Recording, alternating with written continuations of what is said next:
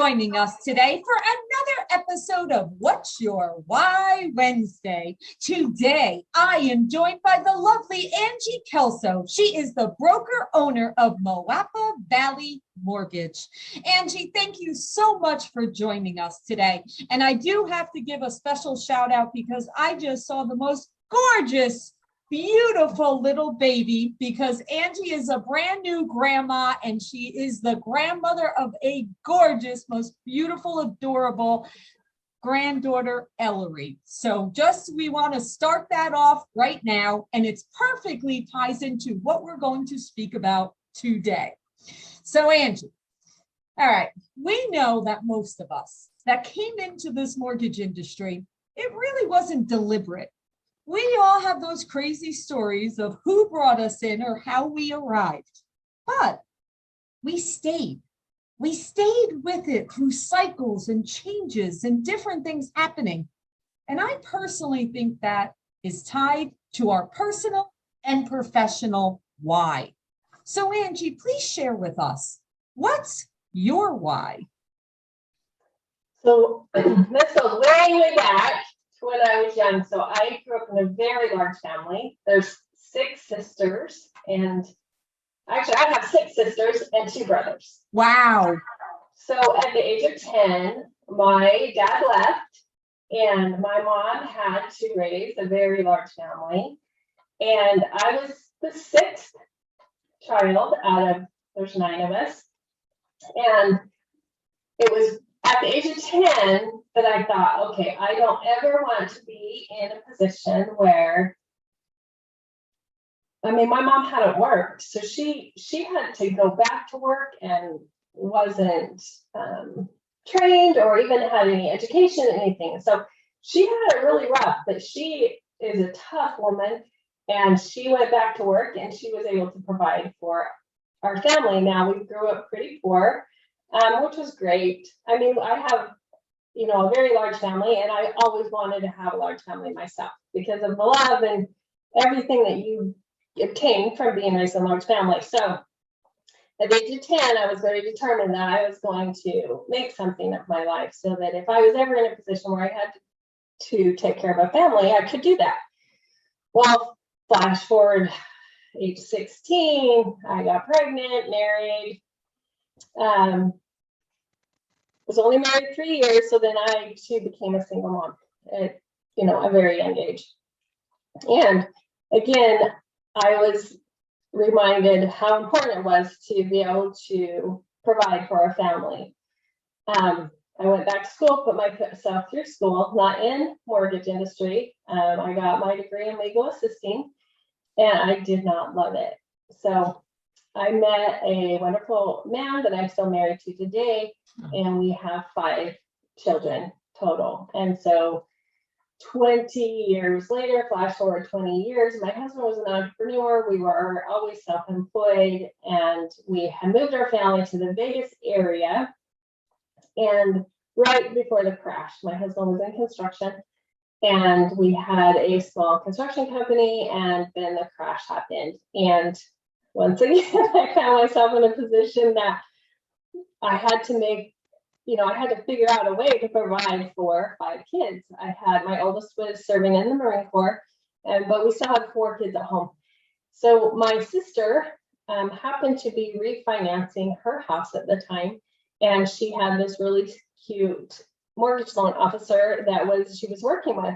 And she said to the lady, she said, my sister would be really good at this. My sister reminds me so much of you, and she loves to help people, and she's really good at numbers. I think my sister would love this. So she said, have your sister call me. I would love to talk to her. So my sister lived in another state. I called her mortgage loan officer. She was the sweetest thing. And she said, you should no doubt do this.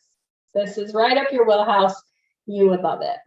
So that's when I decided, okay, I got to figure out if this will work with my purpose in life. Like, will this work? It was very, very important for me to be at the crossroads for my children. I did not want to be an absent mom. I had always found a way with my husband's businesses. I did the bookkeeping. I was always home. I worked, but I was always home, and I wanted a job that would allow me to be there at the crossroads. My kids were, my youngest was now in kindergarten, but I wanted to be the mom that was at home when they came home from school. You only get very short glimpses as they start growing. You have very short windows that you get to spend time with them, and in and out of home from school, out to practice, home from practice, dinner, homework. Like, you just have these very small windows, and I just wanted to make sure that I was there for those opportunities. So after talking to her, she said, yes, this is definitely something that you can do as a mother, and you can still be the mother that you want to be, and provide a living for your family and help others. And so it was a leap that I did. I got my licensing. I found a local mortgage broker. I called her and said, this is what I'm thinking. Would you be willing to train me? She said, absolutely. And so I did it. I jumped all in. And my first year, I only made $7,000. But that 7,000 was, it helped. When you're in a dying industry at that time, it was right as the market was crashing in Vegas, and we all know how hard Vegas got hit. And my husband's company was barely surviving, and so that little bit helped. And then after that second year, it's just life just got busy. So I got in right at the crash. I got in when things were hard.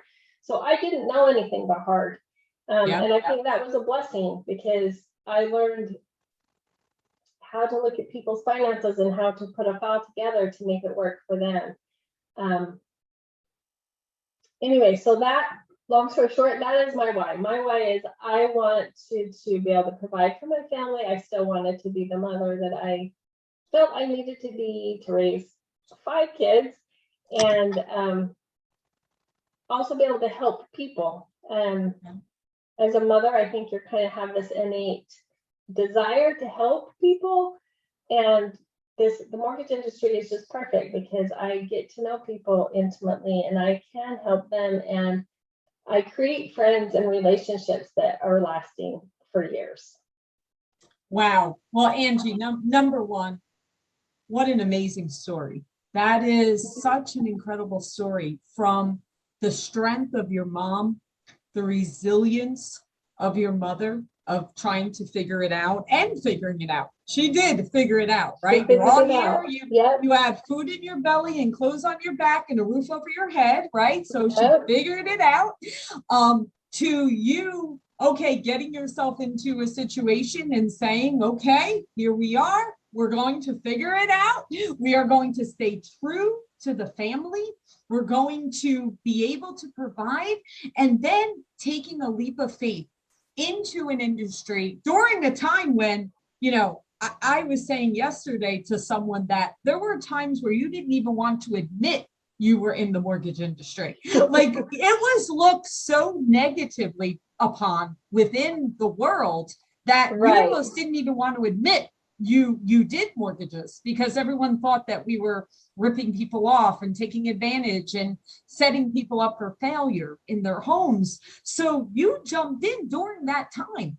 That was during the time when no one was coming into our industry, and most people were leaving. Most people were getting out during that time. When I got my license, and I don't even remember the year, 17 or 18, there was 30,000 mortgage loan officers in the state of Nevada. Okay. By the time the crash and everything happened, there was as little as 3,000 mortgage loan officers in Nevada.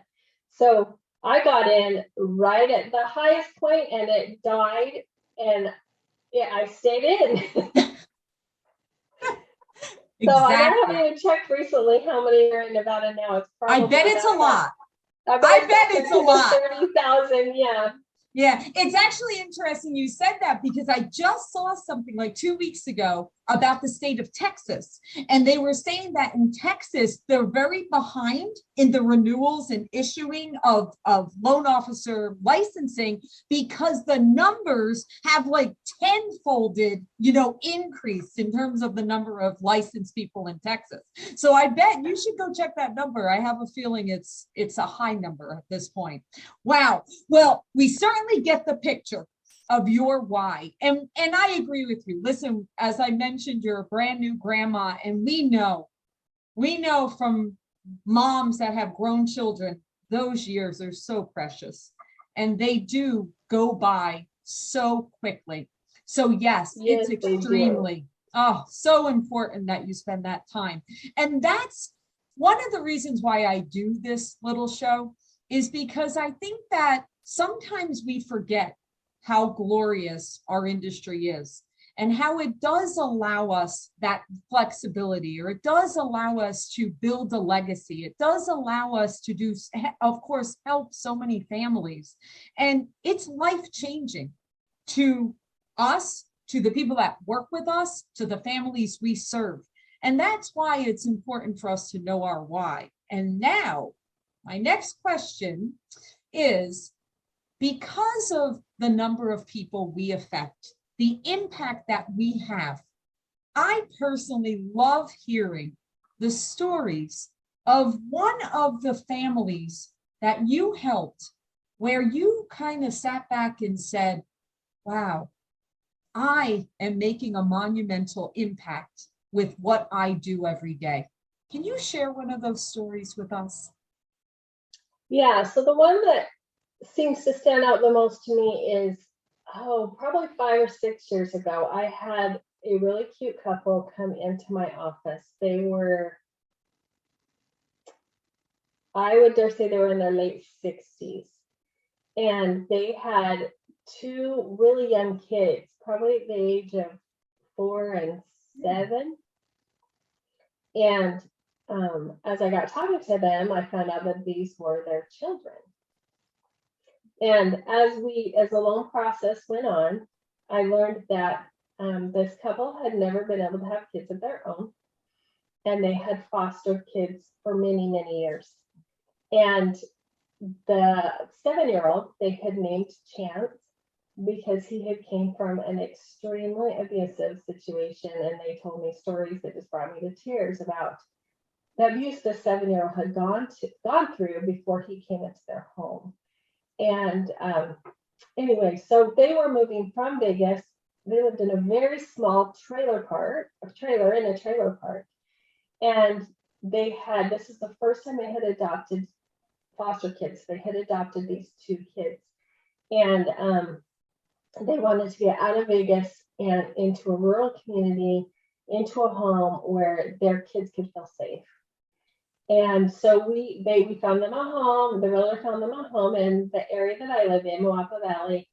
And they were able to move their family out from this tiny little trailer house in Vegas into this cute little home out here in Moapa Valley. And they became involved in a church out in this area, and the churches just welcomed them and loved them.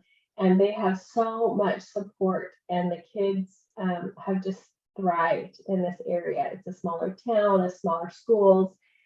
Teachers know you, and they know your kids, and the benefits of a small town. You know everybody. And anyway, their little family has just thrived. And every time I see her, she's friends with me on social media. She just can't thank me enough for what we did to get her into the home. And to me, I go, that's why we do what we do. Wow, that is a beautiful story. And I can tell as you were speaking about it that it brings up emotion of going through that. And Angie, that's what it's all about, right? Isn't that exactly why we do what we do? And realizing that those people we know, going through buying a home, mortgage financing, all of it, people are at their most vulnerable time. It's almost the same as if you're in the hospital, right? Like when you're in the hospital and you're laying there and you're like, well, do whatever you need to do because I'm whatever it is, right? It's almost the same when you're going through the real estate and mortgage process of, okay, you want this, you want this, you want me to answer that, whatever, like you're exposed, you're vulnerable. But when you have someone like yourself and so many wonderful people in our industry that's able to say, I've got you. I will be your guide. I'm your expert to get you through this so that at the end of the day, your kids can be in the small town and feel safe. I mean, Chance was an abused child that probably was on edge every minute. And I'm sure Vegas in that setting made him nervous. And he needed that comfort. And his parents were able to do that because you guided them through that and made that happen. And that is the impact that we have. And although every story isn't that, every so often it is that or similar to that. And that's why we have to continue every day looking at every situation as a brand new day, as a brand new family, because they're not the same. That's what's great about, isn't that great about our industry, right? It's different all the time. Everything's different. Yes. Yeah, and every story is different. It is. Well, great job on that. And that is a beautiful story. I wish them and their entire family, so much love and peace in the future. All right, Angie, we know your why. We've got your story. We've heard that monumental impact story that I love that almost brought me to tears. Final question. All right. So from a legacy perspective, what do you want to be known for? What do you want that legacy to be? I want not only my children to know, but daughters, granddaughters in particular, that women are strong. We're a lot stronger than some people think, and we can do anything. I just started out as a loan officer. My husband, very, very supportive husband, he convinced me about 4 years ago that I should open my own brokerage.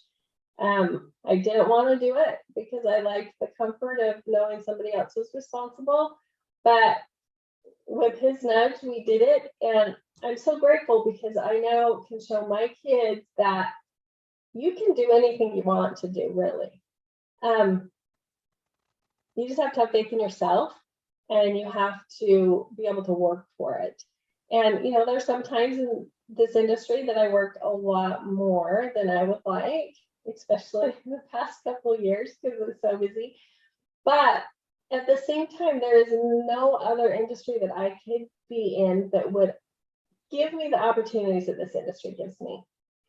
And I want my children to see that, and I want to be able to pass this, even if I do have I have a son, a sister, 2 sisters, and a daughter that actually work in the industry with me. But I don't even care if they stay in the industry. I just want them to see what is possible and their potential. And with a little bit of hard work, you can really create the life that you want to create. Yeah, and I love that. And of course, I love the women's stuff too. And now you have a granddaughter. So now you've got a next generation to, teach her how to be a strong woman too. I can't wait to see what that generation does, because you can see like every generation of women, like it just keeps, getting bigger and bigger in terms of what the capabilities and the limitless. So I just can't wait to see it. But you are so right about what other industry honestly has no limit. Like there is no limit. It's just as much for what you want to achieve, right? It's a matter of if you decide, hey, I just want to be me and maybe like a little assistant and do a couple of deals and I'm happy. Okay, that's great. You could do that. Or, hey, I want to build out an entire company with layers and layers and layers and teams and everything else. And okay, you could do that. Whatever you want to do is up to you, whatever works for you and your family. Like, I don't know a lot of industries that allows you to have no limits. And the lasting legacy that we will leave it can go on generations upon generations based on what we did and the positive effects of all those families and team members that we worked with, right? Because every team member that works with us, their lives are changing too. Correct. So all of that, that's why I do this, because I think it's important, as all of us in this industry, we speak about how lucky and blessed we are and how fortunate and how it's all just up to us what we do with it. And no one can put a cap onto where you want to go. It's really just up to you. I love it. Angie, you are amazing. I love catching up with you. I love hearing your story. It's absolutely incredible. I'm going to be tapping you on the shoulder for more. So you hold tight there. Thank you for sharing. Continue all the most blessings of success and good health and everything else, and enjoy that new grandbaby. I can't wait to keep watching pictures. Thank you. Thank you for having me on. Of course. Bye-bye.